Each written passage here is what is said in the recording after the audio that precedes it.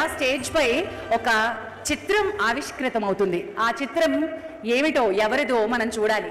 కాగితంపై కలంతో వేయడం తెలుసు, కానీ కాగితమే చిత్రం అయితే పేపర్తోనే మనం చిత్రాలు చేయగలిగితే అది విచిత్రం అవుతుంది. అటువంటి ఒక విచిత్రాన్ని మనం స్టేజ్ పై చూడబోతున్నాం. స్వప్న పేపర్ ఆర్టిస్ట్, తనని వేదికపైకి రావాల్సిందిగా కోరుతున్నాను.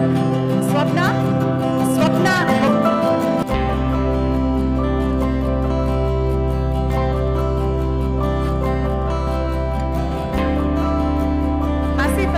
అక్కడ ఒక కాగితంపై బొమ్మ పుట్టింది. స్వప్నమ్మ చేతిలో పుట్టిన ఆ బొమ్మ ఏంటో చూపిస్తాను. ఈ రోజు పుట్టినరోజు జరుపుకున్న మా ప్రసాద్ గారి బొమ్మ పేపర్, తెల్ల కాగితం, కత్తెరతో, బ్రష్, బొమ్మ, పెయింట్ ఏమీ లేకుండా స్వప్న ఈరోజు కత్తెరతోటి తెల్ల కాగితాన్ని కత్తిరించి మరీ చూపిస్తోంది. వండర్ఫుల్ ఆర్ట్ తల్లి. Thank you so much. Wishing Prasad గారు వెరీ వెరీ వెరీ హ్యాపీ